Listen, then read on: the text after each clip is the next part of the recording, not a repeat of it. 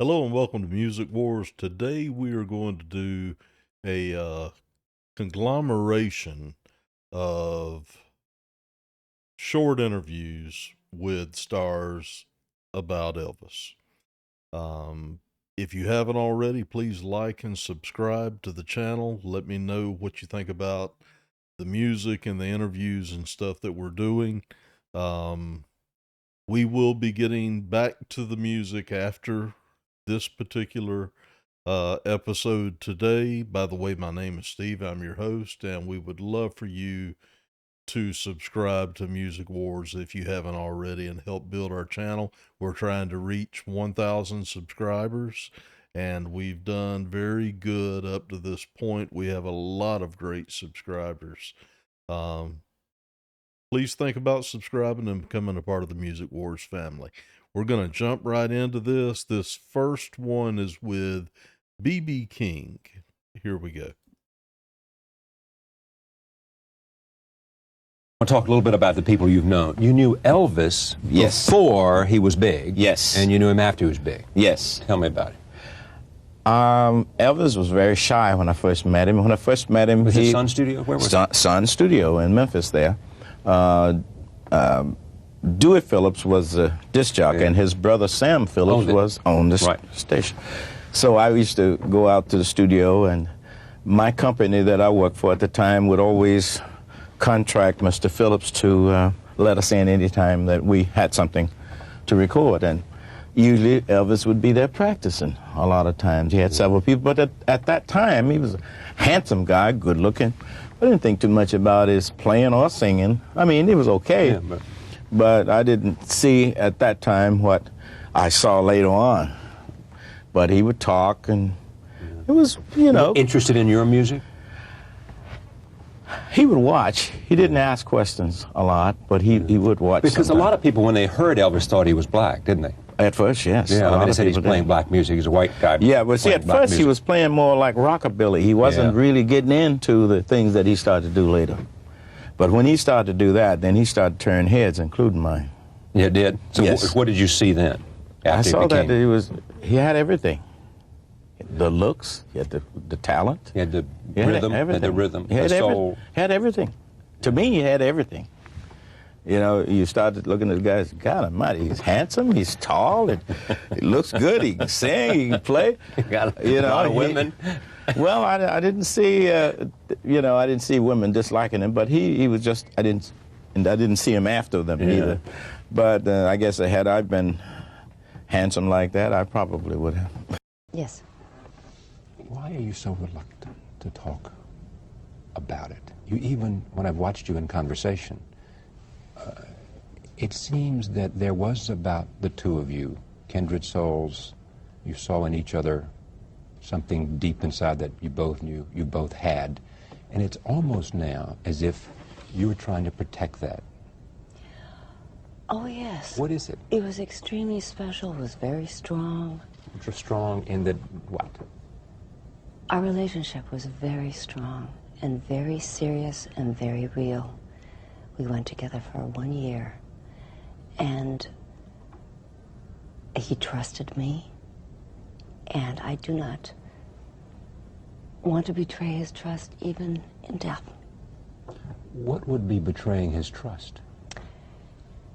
I knew him very, very well. So if you pointed out weaknesses that you knew that would, because all of us have them, and if we have a love relationship, then we certainly know about them. If you do that, it would be a betrayal of him to tell the truth about whether it's about the best of him or the worst of him. There's been so much written that has been negative about him. I wanted to celebrate his life. The man that I knew. And what would you say to celebrate his life? The huge talent? He was so gifted, and it makes me extremely angry that all of a sudden all these people who made fun of him right near his death, all of a sudden, posthumously, right after he passed on, were writing reams and reams of stories on him, how gifted he was. He was in the flesh. And I think the most amazing things, besides actually just meeting him, was he was in Hollywood. Did the Beatles and Elvis ever meet? Yeah, we did. He was in Hollywood, and he was renting a house while he was doing movies. And we had wanted to meet him for years, because we were like massive fans of Elvis. And we went to this house, the four of us all together. It was amazing.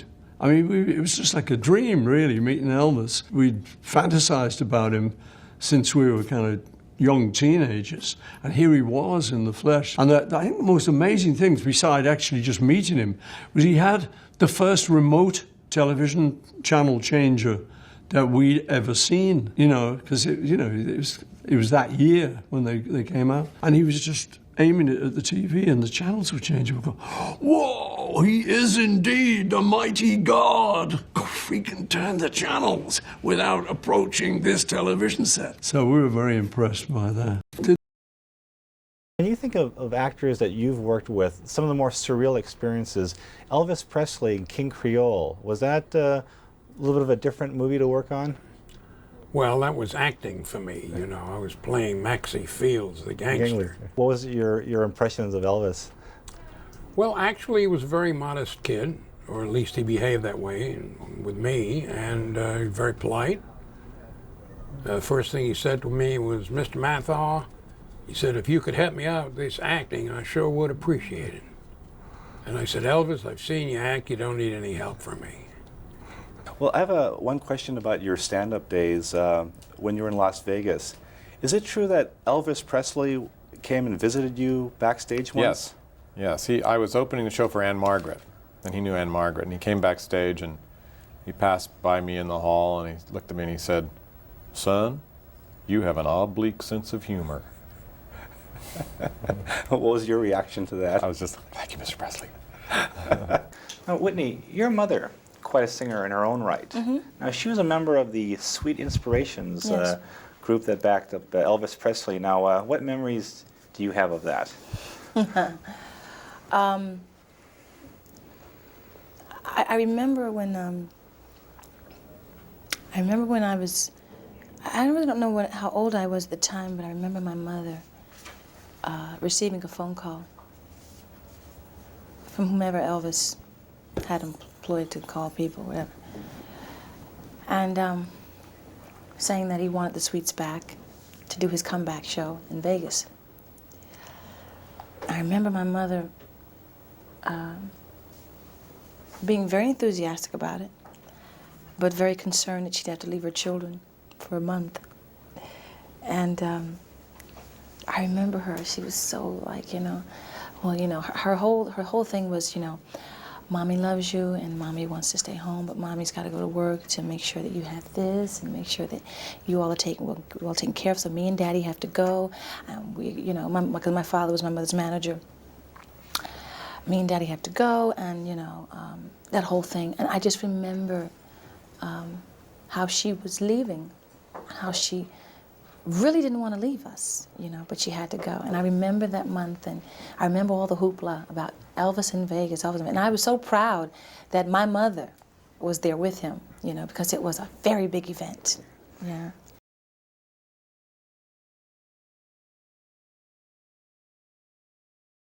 I'm the kid who kicks Elvis in the shins. I mean, that's what I've done with my life, I guess.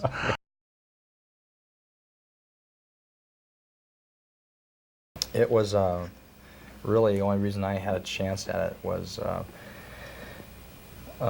casting woman named Joyce Selznick who said, I think I've got an idea for this. I think I got an idea of a guy who could play it. And Joyce and I knew each other from having met with each other 5 or 6 times on different projects. I'd never done a show, never been hired by Joyce. And it was basically her idea. And it worked. And it worked, yeah. I know you've always been fascinated with Elvis Presley. If he was still alive and you two were to sit down, what would you talk about? I don't know. One of the things that's fascinating about Elvis is is how he became consumed by fame and how fame destroyed him. That's one of the things that's fascinating. I mean, I have the regular fan thing too, where, you know, I like the Jailhouse Rock number. But what's fascinating about him as I've become older, you know, and it's gotten past, you know, oh, he's cool Elvis. It's like, wow, everything, you know, and how the people around him just let him destroy himself, and how he was still famous. And then after he's dead, then you hear all of this stuff, you know. It's like, wow, all that was going on when we was thinking he was super cool Elvis, you know. So it's just Elvis is fascinating just because it's like, this is what fame can do to you, you know.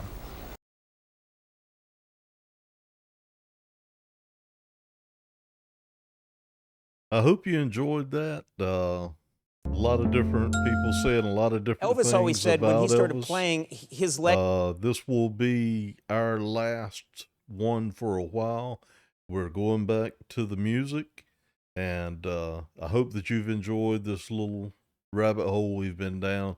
If you would please like and subscribe if you haven't already, and to all of the subscribers that are already a part of the Music Wars family, thank you so much. Until tomorrow, so long from Music Wars.